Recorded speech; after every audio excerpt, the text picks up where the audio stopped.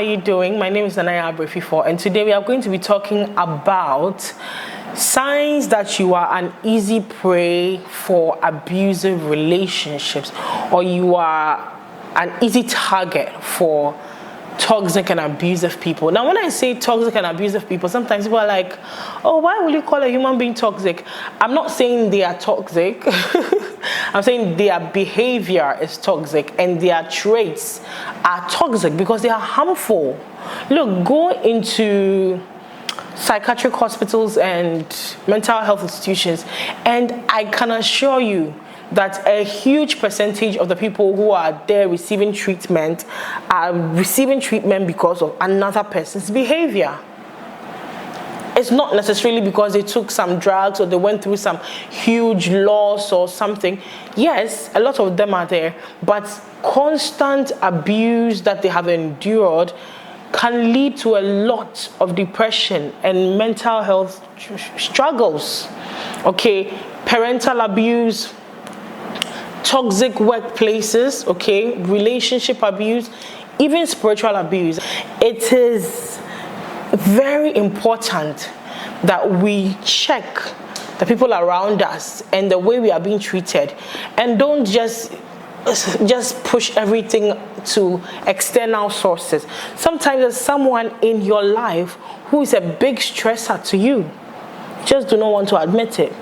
Okay, so I just want to let you know that if you have these traits, then you are like a magnet to people who are toxic or narcissistic. If you don't know what narcissism means, it's a bit complex. So I would advise you read more about it. But basically, narcissism is the kind of abuse where somebody is abusing you, but they are not taking responsibility for the abuse. They are putting it on you that there is something wrong with you, and that's why they are abusing you. And a lot of the time, there's so many dynamics that you try to tell them what is going on, and they have so many ways to bring it back on you and make you feel like you are the one at fault and they are the victim. Okay, so you stay in there. Now you begin to overperform, overlove them, over apologize, overcompensate for their actions, because somehow they have made you believe that you are the problem when they are the ones abusing you. It's complex, it's evil, it's very bad. I've gone through that before, so please read about it. But first of all, if you're a people pleaser, you are an easy prey to abusive and toxic people. If you're a people pleaser, you struggle to say no. If you're a people pleaser, you are afraid to be abandoned, you are afraid to be rejected, you are afraid to lose a friend, because somehow all throughout your childhood you have had to fight for love, you have had to work to be showed affection, and you fear that, okay, if I've gotten one or two people who love me, there's nothing I should do to make them even a little bit angry with me because I may lose them. So it's a fear of rejection and a fear of abandonment, and that causes people pleasing. If you know you're a people pleaser, you need to heal. Honestly, I have a video where I've talked about signs that you need to heal. You can't say yes to everyone. You cannot please everyone. Okay, and don't be afraid of losing people. Sometimes losing them is the best thing that can happen to you. Okay, and so do not, and it's also because you have put your self-worth, your self-value, and your whole sense of, identity in that person, and you feel like once I lose this person, I've lost a bit of myself. No, you have not lost a bit of yourself. No human being has control or ownership over you. The only person that you surrender your whole life to is God. So do not people please. If you struggle to say no to people, when you really know that you want to say no, when you really know you want out of that relationship, when you really know that they are being abusive and you're uncomfortable, you need to seek God and heal and get out immediately. If you idolize relationships, okay, now there are people who idolize people, like the people pleasers, and there are people who idolize the whole idea of being in a relationship because somehow they feel like being in a relationship makes them complete. They don't know how to be single. I feel like being single means that there's something wrong with them. They are somewhat incomplete. There are people too who just like the sweet, lovey-dovey stages of relationships, and so they just love to be in a relationship. They love the dopamine hits. They love the coziness of I love you, sweet words, and going out on a date. They want to be in constant fantasy. They want to be in a state of constant, utopia or whatever it is. If you are that kind of person, trust me, you can easily become prey to toxic people, because a lot of toxic people and abusive people know how to hook people in with romance, compliments, and sweet things at the very beginning. Love bombing at the very beginning. They are too good at that. And so you will not see, they are very cunning, right? Because they just see it as a chasing. They see it as like a game. They are chasing you. Once they get you, then you see the real person it is. So if you are someone who is so easily caught up by those things, and you cannot let your brain work, you can't think, and you can't ask important questions, and you go and sit down at the dinner table and just talk about, oh, I love you, you are the best thing that can happen to me. There's a bit of time for that, but there's also time for seriousness, seriously getting to know who you are, committing yourself to. It's very, very important. Have serious conversations sometimes. Everything doesn't have to be, And once you start bringing sex and all kinds of physical things to it, it gets worse. So just stay away from that. Go the biblical way. Stay away from all kinds of sexual activity until you get married. It saves you a lot. Study them for who they are and remove their physical intimacy. Study them for who they are so that you can easily let them go without any strings attached, without any soul ties, because you've not slept with them, without any babies or without any demons transferred between you guys, right? So it just makes it easier for you to transition out. That is why we say keep yourself. We are not saying keep yourself because once you keep yourself, automatically the relationship will work. No. Not at all. Okay. Now, fear. The third point is fear of abandonment or rejection. I've mentioned it in the people-pleasing part. So if you're someone who fears rejection or abandonment in general, you can easily become someone who is abused because you always want to be accepted, and you can't be accepted by everyone. The Bible says, woe unto you if everybody loves you. So why do you want everybody to love you? I know there are people who, they don't even know me, they just dislike me. There are people who I met at church, the first day they saw me, they were frowning, and they've been frowning ever since, and I've done nothing. I've not even spoken to them before.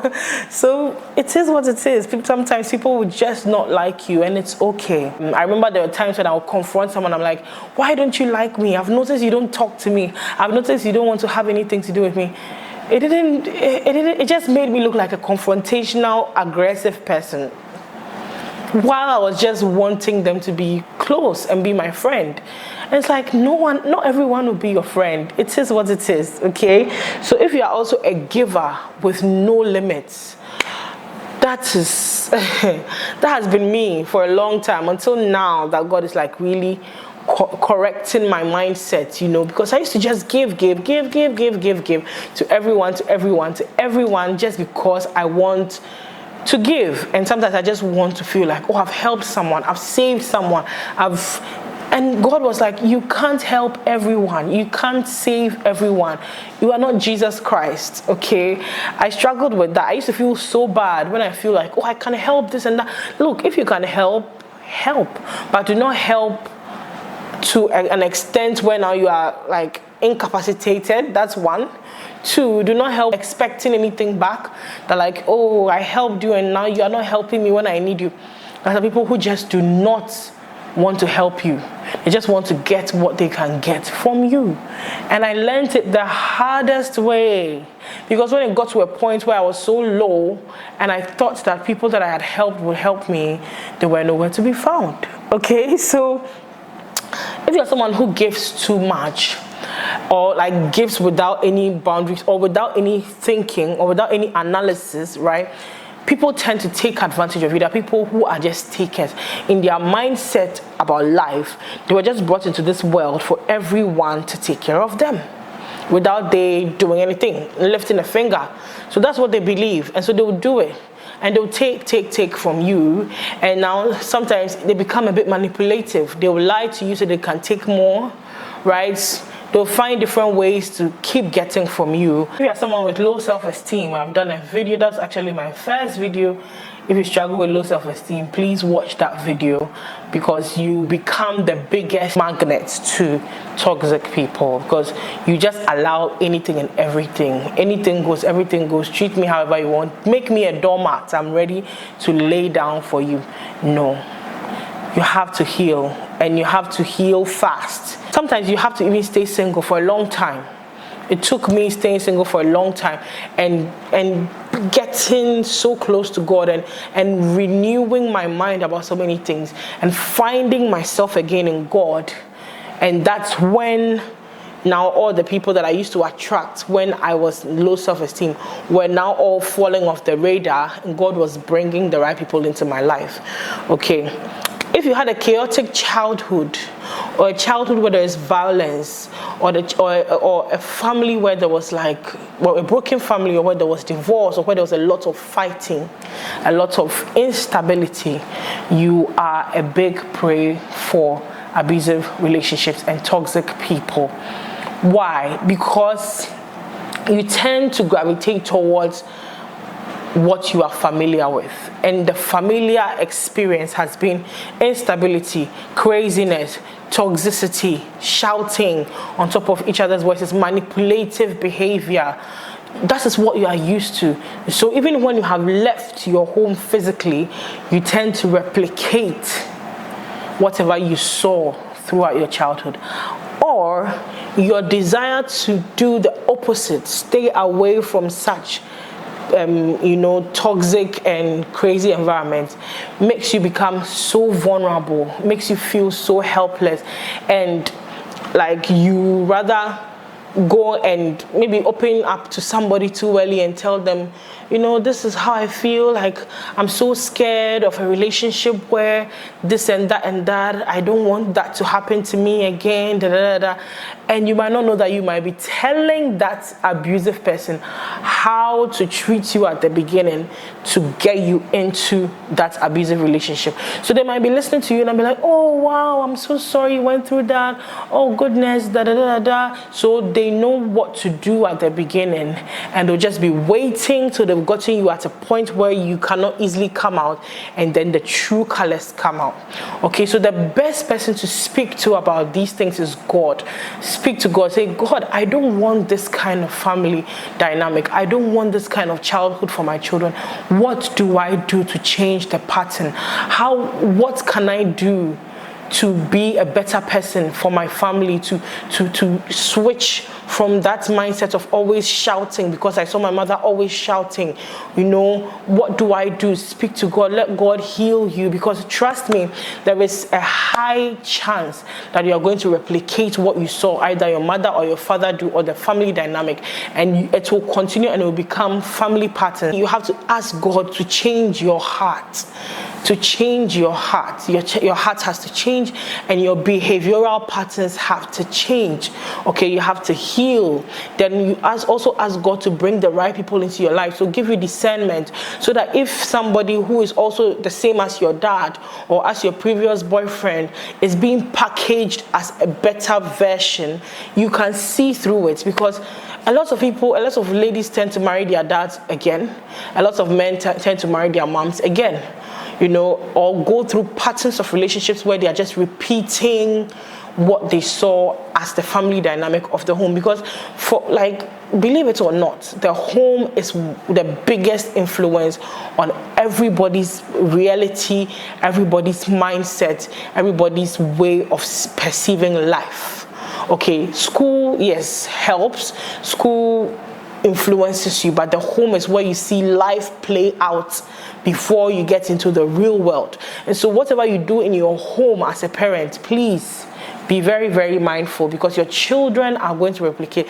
Your children are picking it up, and you are giving a whole generation a blueprint that if somebody does not rise up and shift and change things, it's going to continue for a long time. So I hope this video, you found it very helpful. If you think there are any other points I left out, please put them in the comment section, and let's talk more about this. Because sometimes you think that, it is the person that is abusive, but you do not know that you are a magnet that is drawing the same kind of people, just in different bodies and in different faces. Not to blame you for anything, it's just that it is what you attract. It is who you are at the core. And so other positive people, other good options out there do not even exist to you.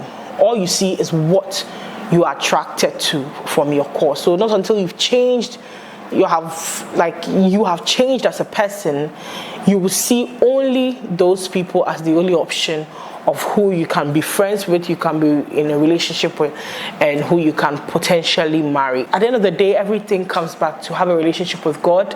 Stick close to Him. Let Him love on you. Learn more about yourself. Become self-aware. Sit down. The distractions are too many. Get to know yourself and speak to God and let Him make changes in your life. May God richly bless you. Kindly do not forget to like this video, comment your thoughts in the comment section, and subscribe if you have not. You can also share with me any video ideas you have. Thank you.